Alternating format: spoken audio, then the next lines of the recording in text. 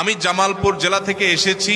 আমার প্রশ্ন হলো, রমজান মাসে এমন কোন আমল আছে কিনা যে আমল করলে আল্লাহর প্রিয় বান্দা হওয়া যায়? জামালপুর জেলা থেকে আসছে, এখানে এমন কোন লোক আছে? তুমি আসছো জামালপুর থেকে, এই প্রশ্ন তোমার? বাহ, প্রশ্ন করতে হাজির। জামালপুর থেকে কেমনে আসলে? এখানে বেড়াইতে আসছো? বগুড়া তোমার ভাই থাকে তো, জামালপুর থেকে বগুড়া আসছো, এখান থেকে আসছো, তাহলে মাহফিলের জন্য তার আসো নাই? ও মাহফিলেই আসছো, ভাইয়ের বায়া হয়ে, মাশাআল্লাহ। যাই হোক, ঠিক আছে, বসো। তোমার সাথে আলাপ আমার উদ্দেশ্য না, মানে আমি অবাক হয়েছি যে জামালপুর কোথাও, অনেক দূর না, ময়মনসিংহ পার হয়ে। যাই হোক, জামালপুর থেকে আসছে ভাই, তোমার প্রশ্নটা চলে আসছে, নসিব ভালো। বহু প্রশ্নই তো আসছে সবাই।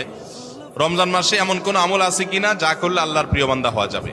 ভাইরা আমার, এই প্রশ্ন উত্তর আমি বলতে চাই, রমাদান মাসে আল্লাহর নৈকট্য লাভের জন্য যে সুযোগটা তৈরি হয়, এটা বছরের অন্য কোনো মাসে হয় না।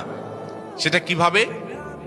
একে তো রমাদান মাসের প্রধান ইবাদত হলো সিয়াম বা রোজা, যেটাকে আমরা রোজা বলি। এই রোজা বা সিয়াম বা সাওম, এই ইবাদতটা আল্লাহর সঙ্গে বান্দার নৈকট্য লাভের সবচেয়ে বড় সোপান এবং সিঁড়িগুলোর একটা। কারণ আল্লাহ তাআলা হাদিসে কুদসিতে বলেছেন, আস-সাওমু লি ওয়া আনা আজজি বিহি। রোজা এটা আমার জন্য বান্দা রাখে, আর এটা বিনিময়ে আমি নিজে দিব। এটা আল্লাহর সাথে বান্দার খুব গভীর সম্পর্কের একটা মাধ্যম।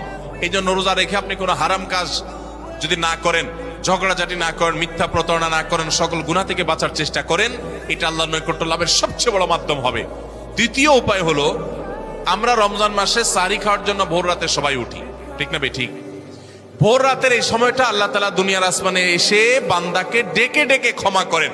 5 ওয়াক্ত নামাজের জন্য আজান দেয় মুয়াজ্জিনরা, আর তাহাজ্জুদের জন্য আল্লাহ তাআলা নিজে ডাকেন, কোনো মুয়াজ্জিনকে দিয়ে ডাকান না। আল্লাহ রাব্বুল আলামিন দুনিয়া আসমানে এসে বান্দাকে ডেকে ডেকে বলেন, আলা মিন মুবতালান ফাউআফি আলা, আলা মিন মুস্তাগফিরিন ফাগফির আলা। তোমাদের মধ্যে কেউ ক্ষমা প্রার্থনাকারী আছে যাকে আমি ক্ষমা করব? কোন বিপদগ্রস্ত আছে যাকে বিপদ আমি দূর করব? আল্লাহ ডেকে ডেকে এগুলো দেন।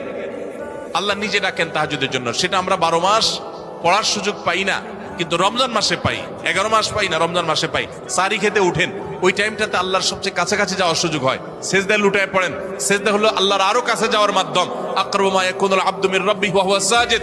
বান্দা আল্লাহর সবচেয়ে কাছে যেতে পারে সেজদায়, ভোর রাতে, রমজানে। সবগুলো উপলক্ষে একসাথে হয়েছে। এই জন্য ভোর রাতে সাহরি খেতে উঠলে আল্লাহর ওয়াস্তে আমি অনুরোধ করি আপনাদেরকে যে ভাইরা, এই টাইমে সাহরি খেতে উঠলে সাহরি খাওয়ার আগে পরে 10টা মিনিট অন্তত টাইম বাইর করেন। লাইটটা বন্ধ করে দিয়ে আলো আধারিতে সেজদায় পড়ে যান, 2 রাকাত নামাজ পড়েন, একটু দোয়া করেন। শুধু সাহরি খেলেন আর চলে গেলেন মসজিদে না, এই টাইমটাতে একটু দোয়া করেন। আল্লাহ নৈকট্য লাভের দারুণ সুযোগ। চেষ্টা করবো তো ইনশাআল্লাহ।